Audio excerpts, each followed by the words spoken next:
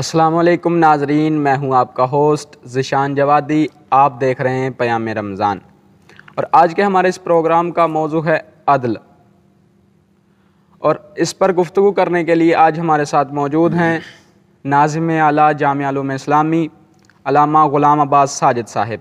السلام علیکم قبلہ۔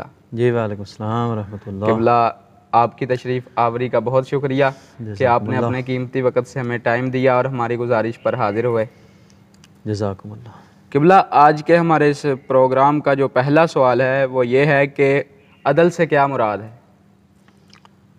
اعوذ باللہ من الشیطان الرجیم، بسم اللہ الرحمن الرحیم، الحمدللہ رب العالمین، والصلاة والسلام والتحیۃ والاکرام علی النبی المؤید والرسول المسدد وعلی آلہ الطیبین الطاہرین المعصومین، اما بعد فقد قال اللہ سبحانہ وتعالی فی محکم کتابہ المجید، بسم اللہ الرحمن الرحیم، ولا یجرمنکم شنآن قوم الا تعدلوا اعدلوا هو اقرب للتقوی۔ اللہ تعالیٰ قرآن مجید میں سورہ مائدہ آیت نمبر 8 میں ارشاد فرما رہا ہے کہ کسی قوم کی دشمنی تمہیں اس بات پہ مجبور نہ کرے کہ تم عدل قائم نہ کر سکو۔ اعدلوا هو اقرب للتقوی، فرمایا کہ عدل کرو کیونکہ عدل تقوی کے قریب ترین ہے۔ ماشاءاللہ، تقوی کی معراج ہے عدل میں۔ تو آپ نے سوال کیا کہ عدل سے کیا مراد ہے؟ عدل کی مختلف تعریفیں کی گئی ہیں۔ علم فقہ میں اس کی تعریف فرمایا کہ عدل سے مراد یہ ہے کہ عادل اسے کہتے ہیں کہ انسان واجبات کو ادا کرے اور محرمات سے اپنے آپ کو بچائے، حرام کاموں سے یعنی کبیرہ گناہوں سے اپنے آپ کو بچائے، اور صغیرہ اگر غلطی سے ہو جائے تو اس کی معافی مانگے اور آئندہ اس کے نہ کرنے کا عزم بالجزم کرے۔ ماشاءاللہ۔ اور علم اخلاقیات میں عدل کی تعریف یوں کی گئی ہے، فرمایا کہ وضع الشیء علی محلہ، ماشاءاللہ، یا وضع الشیء فی محلہ، جی، کہ کسی چیز کو اس کی اصلی مقام پہ رکھنا یہ عدل ہے۔ یا ایک تعریف یوں کی گئی کہ فرمایا کہ ایتاء ذی الحق حقہ، کہ صاحب حق کو اس کا حق دینا یہ عدل کہلاتا ہے۔ اور عدل کی بہت زیادہ شریعت مقدسہ میں اہمیت بیان کی گئی ہے اور بہت زیادہ اس کی فضیلت ہے۔ اور فرمایا کہ مولا امیر المومنین علیہ السلام ارشاد فرماتے ہیں کہ العدل اساس بہ قوام العالم، کہ عدل ایسی بنیاد ہے کہ جس کے ذریعے پوری کائنات کا وجود، جس کی وجہ سے یہ عالم جو ہے، کائنات جو ہے وجود میں آئی ہے یا قائم ہے، یہ ایسی بنیاد ہے۔ یہ ہے عدل کی تعریف۔ قبلہ، اور آج کے ہمارے جو اس پروگرام کا دوسرا سوال ہے وہ یہ ہے کہ عدل کی اہمیت بیان کریں قرآن و حدیث کی روشنی میں۔ خوب، میں نے آپ کے سامنے قرآن مجید کی سورہ مائدہ کی آیت آپ کے سامنے تلاوت کی ہے، جس میں خداوند عالم فرما رہا ہے کہ کسی قوم کی دشمنی تمہیں عدل نہ کرنے پہ مجبور نہ کر دے۔ خبردار ایسا نہ ہو کہ کسی قوم کی دشمنی آ کے تم ظلم کرنے لگ بیٹھو، بلکہ فرمایا کہ عدل کرو، چاہے تمہارا دشمن ہے اس کے ساتھ بھی عدل کرو، دوست ہے تو اس کے ساتھ بھی عدل کرو۔ اعدلوا هو اقرب للتقوی، کیونکہ عدل ہی میں تقوی کی معراج ہے۔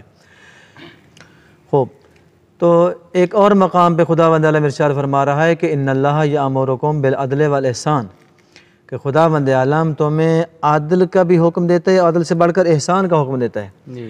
حدیث میں اس آیت کی تفسیر کے زمانے میں بیان فرمایا ہے کہ فرمایا کہ العدل هو الانصاف والاحسان هو التفضل، فرمایا کہ عدل یعنی انصاف، اور احسان سے مراد یعنی تفضل، خداوند عالم کی لطف اور مہربانی۔ یعنی پہلی بات تو یہ کہ تم جو جس کا حق بنتا ہے اس کو وہ عطا کرو، اور صرف اتنا ہی نہیں بلکہ اس سے بڑھ کے احسان کرو، تفضل کرو، اس کے ساتھ مہربانی کرو۔ یعنی خداوند عالم نے آگے اس سے اگلا سٹیپ بھی بیان فرما دیا کہ عادل بھی کرو، عادل کے ساتھ ساتھ احسان بھی، نیکی بھی کرو۔ تو یہ قرآن میں خداوند عالم نے یا پھر معصومین علیہ الصلوۃ والسلام کی سیرت طیبہ میں جب ہم مطالعہ کرتے ہیں تو پاک نبی کا ارشاد فرمایا کہ اعدلوا بین اولادکم، اپنی اولاد کے درمیان بھی حتیٰ کہ تم عدل سے کام لو، کہ اگر کوئی چیز باہر سے خرید کر لے جاتے ہو تو اپنی اولاد میں برابر برابر تقسیم کرو۔ اگر تم اپنی اولاد میں عدل نہیں کرو گے نتیجہ یہ ہوگا کہ اولاد کے اندر دشمنی پیدا ہو جائے گی اور وہ بعد میں کسی خطرناک نتیجے تک جا پہنچے گی۔ تو اس لیے فرمایا کہ حتیٰ اپنی ذات کے ساتھ بھی عدل کرو۔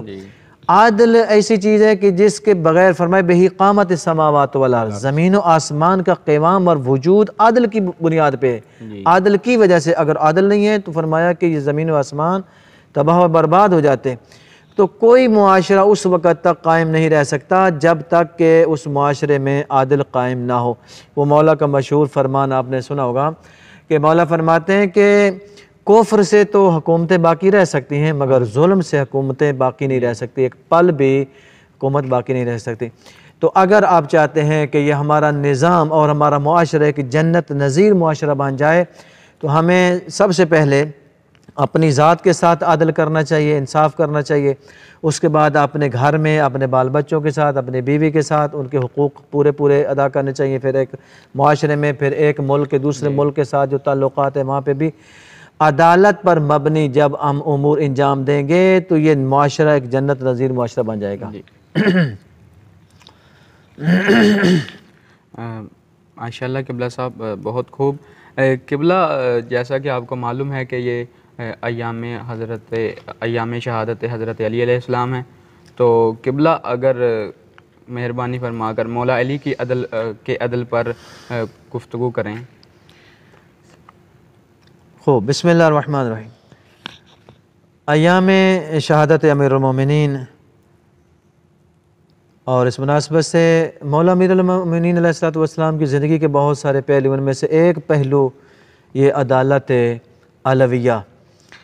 تو میرے مولا امیر المومنین نے بھی اپنی وصیتوں میں بھی حتیٰ کہ اس چیز کا ذکر فرمایا تھا اپنے بیٹے امام حسن علیہ السلام کو، فرمایا کہ تم عدالت سے کام لینا، حتیٰ کہ آپ نے اپنے قاتل کے بارے میں بھی یہی ارشاد فرمایا تھا کہ فرمایا کہ اگر میں زندہ رہا تو معاف کر دینا، یہ میرے اختیار میں ہے، اور اگر میری اس ضربت کے نتیجے میں شہادت ہو جاتی ہے تو فرمایا کہ اس نے مجھے ایک ضرب ماری ہے، تم بھی اس کو ایک ضرب مارنا، چاہے بچ جائے چاہے مر جائے۔ وَإِن تَعْفُوا فَهُوَ أَقْرَبُ لِلتَّقْوَىٰ، اور اگر تم اس کو معاف کر دو گے تو فرمایا کہ یہ تقویٰ کے بہت زیادہ قریب ہے، یہ تقویٰ کی معراج ہوگی۔ تو مولا امیر المومنین کی زندگی میں، حیات طیبہ میں بہت سے ایسے مواقع اور بہت سے ایسے واقعات سامنے آتے ہیں کہ جو مولا امیر المومنین کی عدالت کے اوپر مطلب مولا کی عدالت کو بیان کرتے ہیں۔ وہ مشہور واقعہ کہ جب مولا امیر المومنین بیت المال کا حساب و کتاب کر رہے تھے اور آپ کے بھائی جناب عقیل تشریف لے آئے تو مولا نے وہ پہلے والا چراغ جو جل رہا تھا اس کو بجھا دیا اور دوسرا چراغ روشن کیا۔ تو جناب عقیل نے پوچھا کہ مولا یہ کیا ہے؟ تو فرمایا کہ پہلے میں بیت المال کا کام کر رہا تھا اور تو بیت المال کے اس میں سے تیل سے میں چراغ کو میں نے روشن کیا ہوا تھا۔ اب جو کہ ہماری نجی باتیں ہیں، ذاتی ہماری گفتگو ہونی ہے، تو اس لیے میں نے اس چراغ کو بجھا دیا ہے اور اپنا چراغ روشن کیا ہے۔ اسی طرح ایک مشہور واقعہ کہ حضرت طلحہ اور زبیر ایک دفعہ مولا امیر علیہ السلام کے پاس آئے۔ آپ جانتے ہیں کہ یہ بڑے تھوڑے سے مولا کو مکھن بھی لگایا کرتے تھے اور مطلب اس صدد میں تھے، اس چکر میں تھے کہ ہمیں کوئی عہدہ، کوئی مقام، جب مولا کو ظاہری طور پر خلافت ملی تو کوئی عہدہ مقام شاید مل جائے گا، تو جاتے ہیں اور مولا وہیں بیت المال میں کام کر رہے ہیں۔ اور جب یہ جاتے ہیں تو مولا وہ پہلے والا چراغ بجھا دیتے ہیں اور دوسرے والا چراغ جو ہے وہ روشن کر دیتے ہیں۔ تو کہتے ہیں کہ یہ عمل دیکھ کر وہیں سے واپس یہ منظر جب مولا کے وہ ذاتی اور نجی سیکٹری جناب عمار یاسر نے جب یہ منظر دیکھا کہ یہ صاحبان آئے تھے کوئی بات کرنے کے لیے مگر بغیر کچھ بات کے وہ واپس جا رہے ہیں، تو ایک مرتبہ آگے بڑھے اور کہا کہ آپ صاحبان تشریف لائے تھے کوئی بات کرنے کے لیے مگر کوئی بات کیے بغیر آپ واپس جا رہے ہیں، تو کیا ماجرا؟ کہا کہ بات ہمیں سمجھ آ گئی ہے کہ جو علی ذاتی باتوں کے لیے بیت المال کا تیل استعمال نہیں کرتا، وہ علی ہمیں کوئی عہدہ جو ہے وہ کسی اسلامی حکومت میں کہاں عطا کرے گا. تو بہرحال یعنی ان کے بات کا جو لب لباب تھا وہ یہی تھا. اور مولا امیر علیہ الصلوۃ والسلام کے یہ عدالت علویہ پر ایک بہت بڑی دلیل ہے کہ مولا اپنی ذاتی کام کے لیے بھی بیت المال کا چراغ استعمال کرنے کو تیار نہیں. تو دو خواتین، ایک بنی ہاشم کی خاتون ہے اور ایک اس کی نوکرانی ہے، کنیز ہے، اور وہ آتی ہیں مولا سے کچھ مدد طلب کرنے کے لیے. تو مولا نے جتنا مثلا حصہ جو ہے اس بنی ہاشم کی خاتون کو دیا، اتنا حصہ اس نوکرانی کو بھی دیا. تو بنی ہاشم کی جو خاتون تھی وہ مولا کو کہتی کہ مولا کہ ہم میں کوئی فرق ہی نہیں ہے، میں بنی ہاشم سے ہوں اور یہ ایک نوکرانی کنیز ہے اور اس کو میرے برابر آپ نے حصہ دیا ہے، جبکہ حق تو یہ تھا کہ مجھے زیادہ ملنا چاہیے تھا. تو مولا امیر علیہ الصلوۃ والسلام زمین پہ جھکے اور جھک کر مولا نے ایک دونوں مٹھیاں جو ہیں وہ مٹی سے بھری اور مٹھی میں مٹی لے کے مولا نے یوں ان کے سامنے کر کے کہا کہ اس مٹی اور اس مٹی میں کیا فرق ہے، دونوں کا رنگ ایک جیسا ہے. اللہ نے تمہیں بھی اسی مٹی سے پیدا کیا ہے اور اس خاتون جو کنیز ہے، نوکرانی ہے، اس کو بھی اللہ نے اسی مٹی سے پیدا کیا ہے. کسی کو کسی پر کوئی فضیلت نہیں ہے الا بتقوا، سوائے تقوی کے. یعنی خدا کے نزدیک اگر کوئی مقام و مرتبہ رکھتا ہے تو وہ شخص ہے جو با تقوی ہے، جو پرہیزگار ہے. وَإِلَّا اولاد آدم ہونے کے اعتبار سے فرمایا کہ کسی میں کوئی فرق نہیں ہے.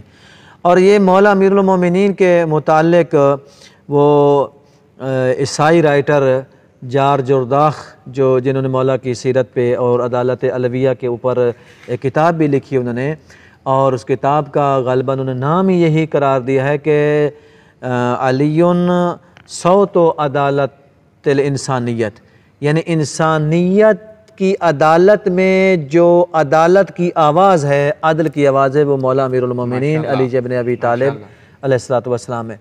فرمایا کہ وہ کہتے ہیں کہ انہوں نے کتاب لکھی ہے، کافی جلدیں ہیں، غالباً 3-4-5 جلدیں ہیں ان کی، تو جس پہ مطلب انہوں نے ٹوٹل مولا امیر المومنین کی زندگی اور حیات طیبہ اور خصوصاً مولا کی عدالت کے متعلق کہتے ہیں کہ جب انہوں نے یہ کتاب لکھی تو وہ مختلف مسلمان رہنماؤں کے پاس گئے اور انہوں نے کہا میں نے یہ کتاب لکھی ہے اور تم اس کو چھپواؤ، اور کوئی مسلمان رہنما اس کتاب کو چھپوانے کے لیے تیار نہ ہوا.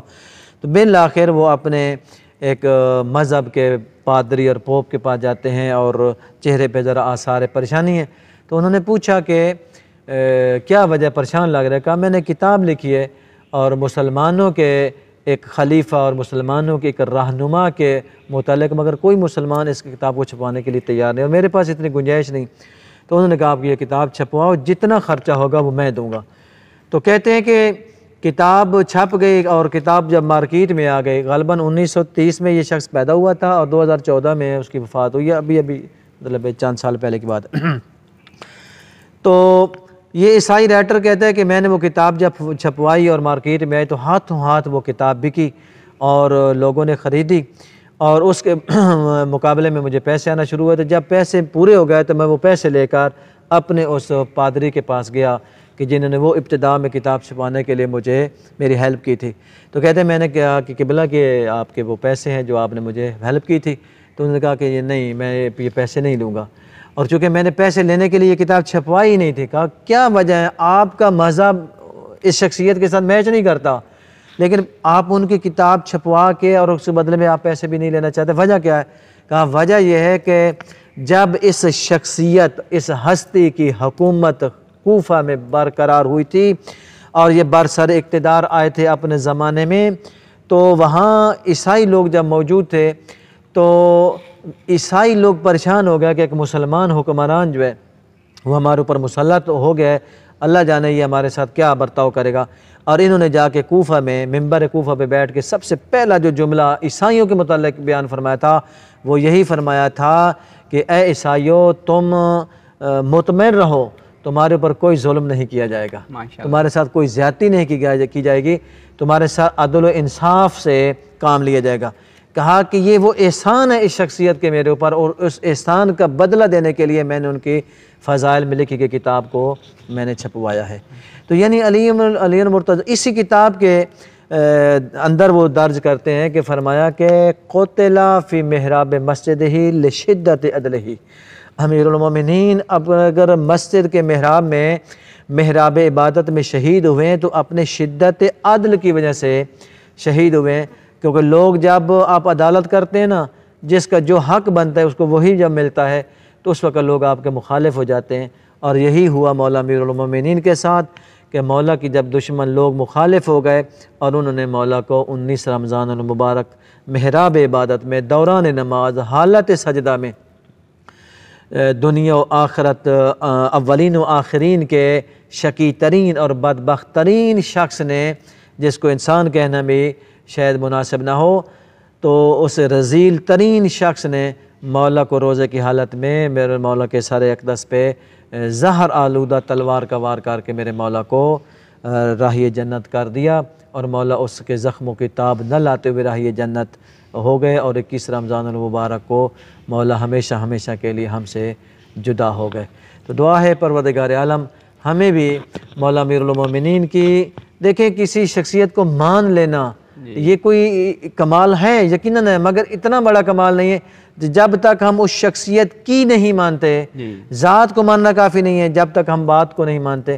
تو دعا ہے پروردگار عالم مولا کے صدقے میں اور ایام شہادت کے صدقے میں مولا ہمیں امیر المومنین کے اس زندگی کے باقی پہلوؤں پر بھی، اور خصوصاً اس عدالت علویہ، یہ پہلو عدالت جو ہے مولا کی زندگی کا، اس پر ہمیں عمل پیرا ہونے کی توفیق عطا فرمائے تاکہ ہمارا یہ معاشرہ ایک جنت نظیر معاشرہ جو ہے وہ قرار پائے۔ والسلام علیکم ورحمۃ اللہ۔ قبلہ ایک مرتبہ پھر میں آپ کا شکریہ ادا کرتا ہوں کہ آپ نے اپنے قیمتی وقت سے ہمیں ٹائم دیا اور ہماری گزارش پر حاضر ہوئے، اور اسی کے ساتھ آج کے ہمارے اس پروگرام کا وقت ختم ہوا۔ والسلام، اللہ نگہبان۔